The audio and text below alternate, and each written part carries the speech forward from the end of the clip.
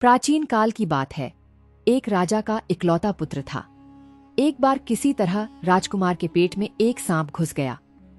सांप ने राजकुमार के पेट को ही अपना बिल बना लिया और वहीं रहने लगा। जैसे जैसे समय बीतता गया, सांप राजकुमार के शरीर को सोखने लगा। राजकुमार, जो कभी हष्ट-पुष्ट था, अब हड्डियों का ढांचा मात्र रह गया। राज्य के सबसे कुशल वैद्यों और हकीमों को बुलाया गया। हफ्तों तक उपचार चला, लेकिन पीड़ा कम होने के बजाय बढ़ती गई। एक अनुभवी वैद्य ने गहन जांच के बाद बताया कि राजकुमार के पेट में एक सांप चला गया है, जो वहां अपना घर बना चुका है। यह सुनकर राजभवन में मातम छा गया।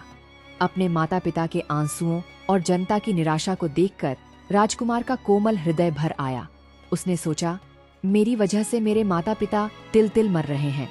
शायद मेरी नियति में यही दुख लिखा है। एक रात बिना किसी को बताए वह राजभवन से निकल गया। उसने तय किया कि वह अब किसी पर बोझ नहीं बनेगा और शेष जीवन एक साधक की तरह बिताएगा। एक दूसरे राज्य में वह एक प्राचीन मंदिर के बाहर भिखारी के वेश में रहने लगा। उसकी खामोश पीड़ा और सादगी ने किसी को आकर्षित नहीं किया, लेकिन वह वहां अपना जीवन व्यतीत करने लगा। उसी राज्य में एक अन्य राजा थे, जिनकी 2 पुत्रियां थीं। बड़ी राजकुमारी वाणी की धनी थी। वह हमेशा मीठा बोलती थी, चाहे वह बात असत्य ही क्यों न हो। इसके विपरीत छोटी राजकुमारी साध्वी सत्य की उपासक थी। वह कभी कड़वा सच बोलने से नहीं डरती थी। एक दिन राज दरबार में हुए एक विवाद के दौरान छोटी राजकुमारी ने राजा को एक ऐसा सच कह दिया जो उन्हें चुभ गया। अहंकार और क्रोध में आकर राजा ने तुगलकी फरमान सुना दिया, यदि इसे सत्य का इतना ही मोह है तो इसका विवाह इसी वक्त मंदिर के बाहर बैठे भिखारी के साथ कर दिया जाए। राजकुमारी ने बिना कोई शिकायत किए अपने पिता के फैसले को अपना भाग्य मानकर स्वीकार कर लिया। विवाह हुआ और वह राजकुमार के साथ एक छोटे से झोपड़े में रहने लगी। राजकुमारी ने अपनी पूरी निष्ठा से उस निर्धन राजकुमार की सेवा शुरू की। वह दिन रात काम करती और राजकुमार को बेहतर महसूस कराने के हर संभव प्रयास करती। एक दिन राजकुमारी बाजार से लौट रही थी। सूरज ढलने को था। उसने देखा कि राजकुमार एक वटवृक्ष के नीचे गहरी नींद में सो रहा था। तभी उसने कुछ ऐसा देखा जिससे उसके कदम वहीं ठिठक गए। राजकुमार के मुख से धीरे धीरे वही सर्प बाहर निकल रहा था। पास ही के एक बिल में दूसरा सांप रहता था। दोनों सांपों में मानो आपस में बातचीत होने लगी। राजकुमारी झाड़ियों के पीछे छिप गई और सांस रोककर उनकी बातें सुनने लगी।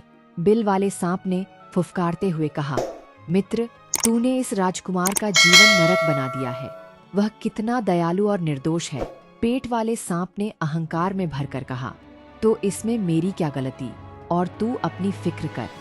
जिस बिल में तू बैठा है उसके ठीक नीचे सोने के सिक्कों का एक प्राचीन कलश गड़ा है। तू भी तो उस पर बैठकर उसे दूषित कर रहा है। बिल वाला सांप क्रोधित होकर बोला, तू मुझे क्या उपदेश देता है? अगर किसी ने इस राजकुमार को उबली हुई राई की कांजी पिला दी तो तेरी मृत्यु निश्चित है। पेट वाला सांप जोर से हंसा और बोला, अगर किसी को पता चल जाए कि तेरे बिल के अंदर खौलता हुआ गरम तेल डाल दिया जाए तो तू भी जिंदा नहीं बचेगा। राजकुमारी ने सब सुन लिया। उसके हृदय में साहस का संचार हुआ। उसने इसे ईश्वर का संकेत माना। अगले ही दिन उसने घोर परिश्रम करके राई एकत्रित की और उसकी कांजी तैयार की। उसने अत्यंत प्रेम से राजकुमार को वह कांजी पिलाई। जैसे ही कांजी पेट में गई, सांप का दम घुटने लगा और वह तड़पकर बाहर निकल आया। राजकुमारी ने बिना डरे उसे मार डाला।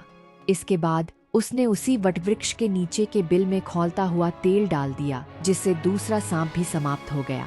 जब वहां खुदाई की गई तो सोने के कलशों का भंडार मिला। राजकुमार धीरे धीरे स्वस्थ होने लगा और कुछ ही महीनों में वह फिर से पहले जैसा तेजस्वी युवक बन गया। राजकुमारी की बुद्धिमानी और निष्ठा से उन्हें न केवल धन प्राप्त हुआ, बल्कि राजकुमार का जीवन भी बच गया। जब वे अपने राज्य लौटे तो वहां का दृश्य बदल चुका था। माता पिता ने अपने पुत्र को वापस पाकर उसे गले लगा लिया। राजकुमार ने बड़ी विनम्रता से राजकुमारी के गुणों और उनके साथ घटी घटना का वर्णन किया। यह कहानी हमें जीवन के गहरे सत्य सिखाती है। दोस्तों, इस कहानी से यह सीख मिलती है कि जो व्यक्ति अपने लक्ष्यों और अपनी कमजोरी को गुप्त रखना जानता है, वही जीवन की बाधाओं को पार कर सकता है। ऐसी ही मजेदार कहानियां सुनते रहने के लिए इस चैनल को जल्दी से सब्सक्राइब कर लीजिए।